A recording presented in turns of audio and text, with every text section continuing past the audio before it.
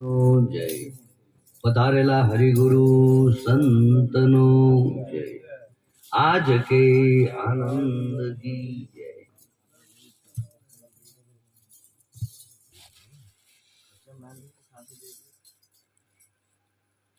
સદગુરુ દેવ કી જય।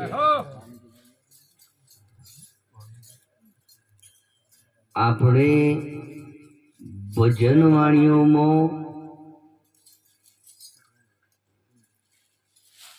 ઘણા સમયથી ગાતા ગાતા આયા છીએ ને હોભરતા આયા છીએ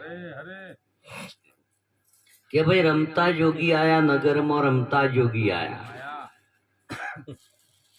પણ રમતા જોગી ચિયા અને આ ચિયા નગરમાં આયા છે એને તો આપણે સમજવું પડશે। નક આપણે બાર તાચી રહીશું તો કોઈ હાથમાં આવવાનું નથી। રમતા જોગી આયા નગરમાં। નગર એટલે આ તમારું પંચમહાભૂતનું શરીર, ઓની અંદર જે પવન ચાલી રહ્યો એને રમતો જોગી કહેવાય। એડામાં શેડા નતા તો ચેતન ચોથી આયા નગરમાં રમતા જોગી આયા। પણ આ રમતો જોગી ચો છે? ગમે એવા દરવાજામાં એનું સ્વરૂપ જળાયું નથી। એના માટે સંતોએ પોકાર કરીને કીધું છે કે 9 દરવાજા બંધ કરો તો 10મે બજાયા ડંકા નગરમાં રમતા જોગી આયા। એટલે 9 દરવાજા બંધ કરીને 10મામાં ડંકો વાગી ગયો, અને ડંકો કે ગગન મંડળની ગોખમાં નર સુવે નિરાધાર 3 પુરુષ તેની સેવા કરે। બ્રહ્મા વિષ્ણુ ને મહેશ જેવા કરે સદગુરુની સેવા, ઈને રમતો જોગી કહેવાય।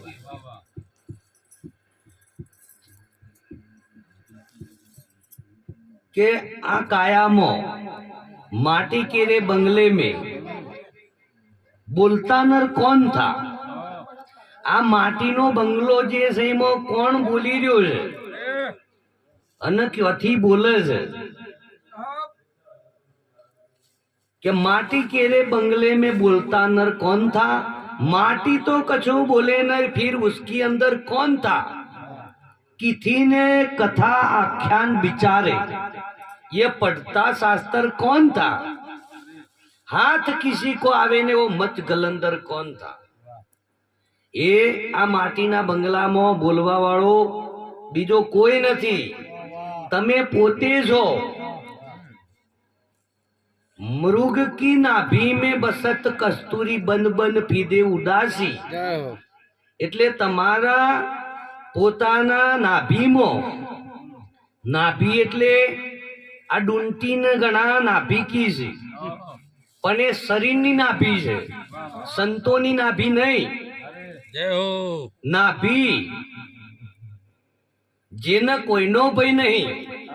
આવો અના તો હમણાં કોઈક શરીર ડાળો તો ભય લાગે, એ તો નિર્ભય છે, નાભી ન કહેવાય। નાભી કમળમાં એટલે આ કેળવણ કમરમાં નહીં, नाभि कमल मो, कमल चो से जल वची, जल बीच कमल, कमल बीच कली, तापर भ्रमण निवासी। कहत कबीर सुन भाई साधु आ मरम नहीं पासी। गुरु बिना मरम जरे वो नथी। कारण क नाभि कमल मो, कमल कमल जड़ मो से जड़ चो से के 7 समुद्र देता हिलोड़ा 900 नदियों घेरी, कोरे मोरे खारो रत्नाकर અને વચમો છે કમરતની લેરી। તમારા અંદર 7 સમુદ્ર છે, ઈમો એક ખારો સમુદ્ર છે અને ખારા સમુદ્રના વચ્ચો છે કમરતની લેરી છે। વાહ! એટલે ગગન મંડળમાં 7 સમુદ્ર છે।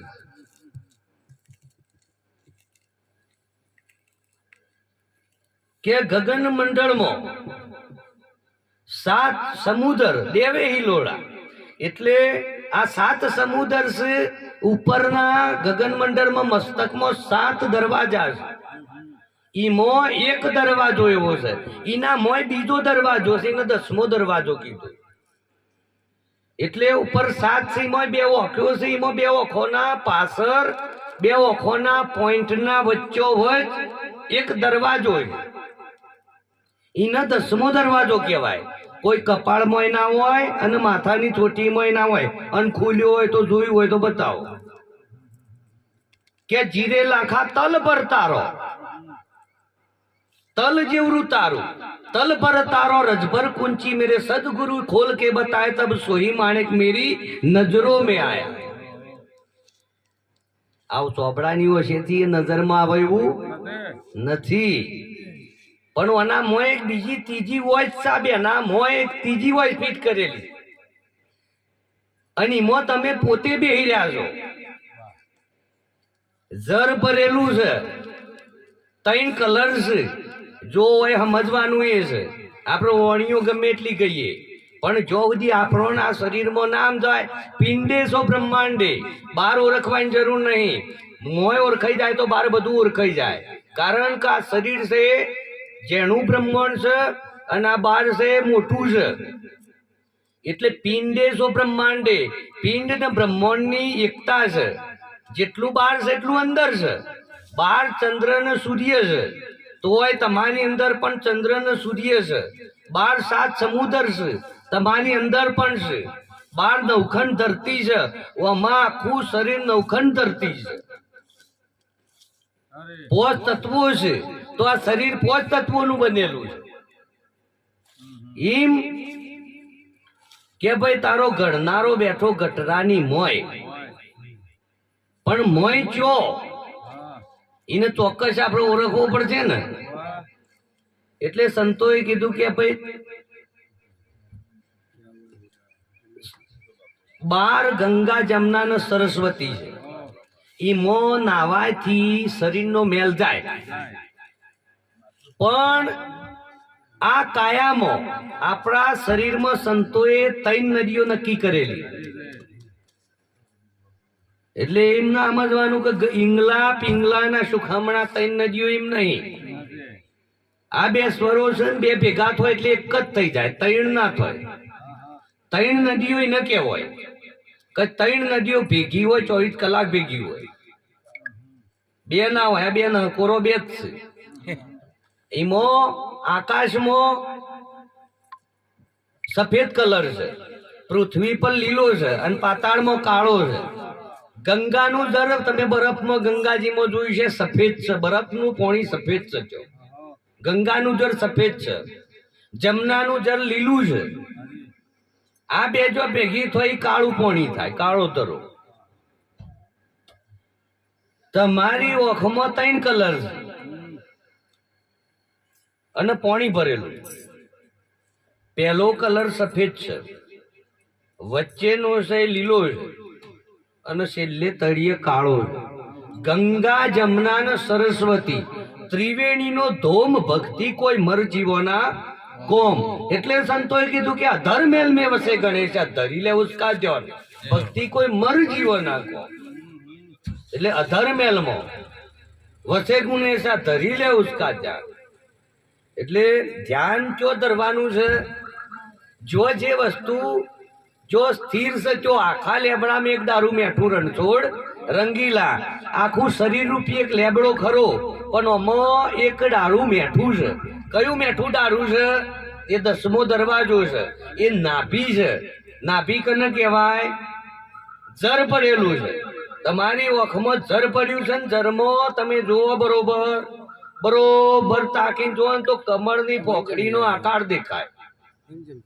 અને જળ છે, જળના વચ્ચે કમળની પોખડીનો આકાર દેખાય ઓખમાં. અને એના વચ્ચો વચ, કમળના વચ્ચો વચ કાળી એક કળી છે,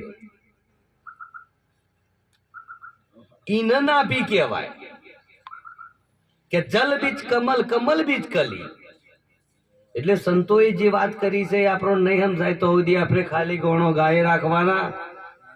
સમજણ નહીં પડે તો સુધી આપણા દેહમાં નક્કી ના થાય તો સુધી કોઈ દારો સ્થિરતા આવશે નહીં. ખાલી અનુમાનના અસર આપણે નક્કી કરવાનું થાય. પણ જે વસ્તુ સંતો જો બોલ્યા છે, જેમ બોલ્યા છે એમ હોવું જોઈએ. એટલે આગળ બીજા સંતો છે રૂબાને છે ઈવન ભજનો આની નો લાભ આલ્યા